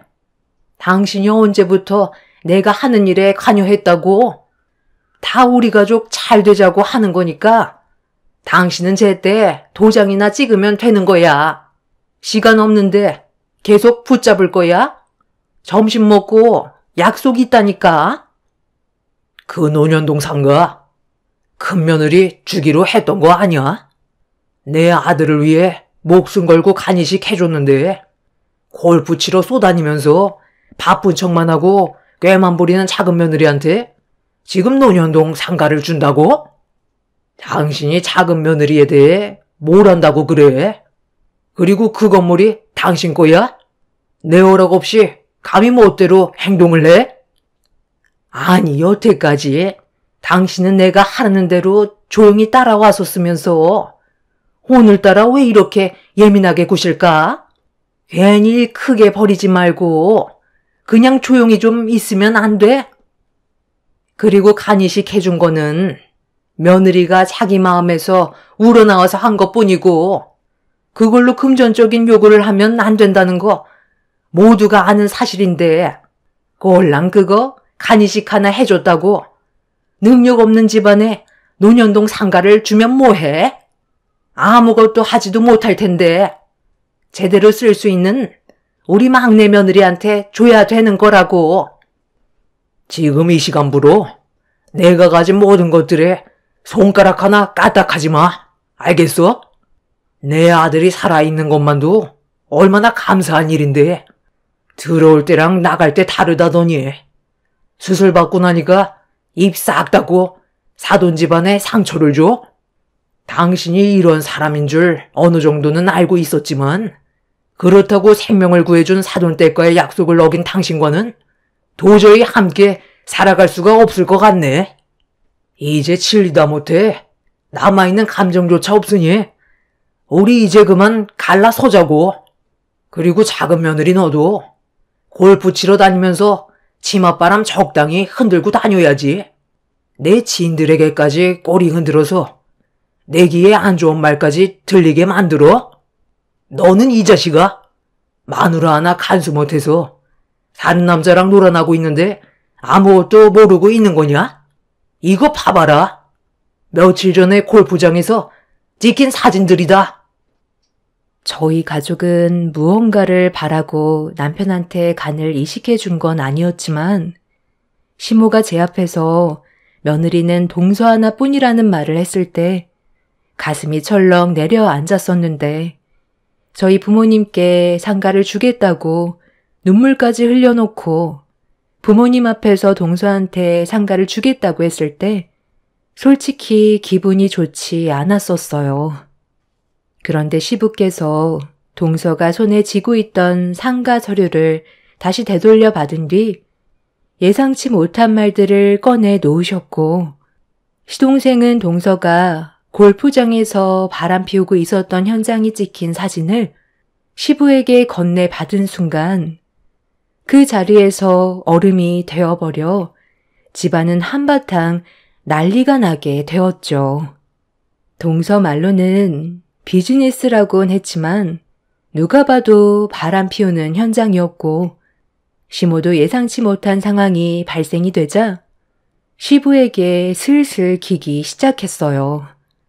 하지만 좀 전에 시부가 말씀하신 대로 들어올 때와 나갈 때 다르다고 저희 가족을 또다시 무시한 시모의 행동들은 용서해주고 싶지 않았습니다. 사람 목숨 가지고 장난치는 시모한테 온갖 정이 다 떨어져 버렸었죠. 결국 그날 시모는 시부에게 이혼만큼은 안 된다고 했지만 시부 또한 그동안 많이 참아오셨는지 시모에게 전혀 기회를 주지 않았습니다. 그날 이후 시부는 시모와 현재 이혼 소송 중이고 시동생도 동서의 바람 때문에 이혼 소송을 준비 중에 있어요.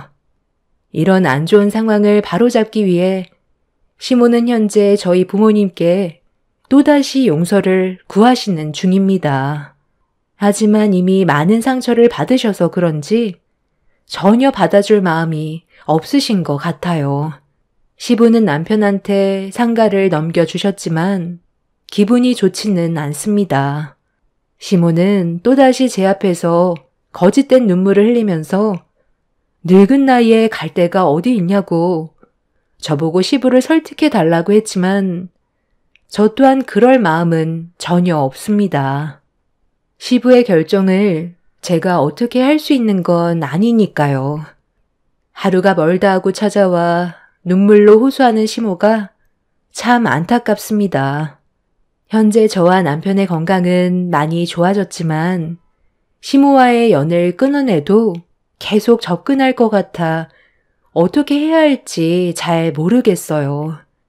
그냥 모른 척 하는 게 답이겠죠? 앞으로 남은 인생 남편과 함께 좋은 추억 많이 만들며 살고 싶어요. 저로 인해 다시 새 삶을 살게 된 남편이 오래오래 건강했으면 좋겠어요. 제 사연 들어주신 모든 분들 항상 건강 유의하세요. 감사합니다.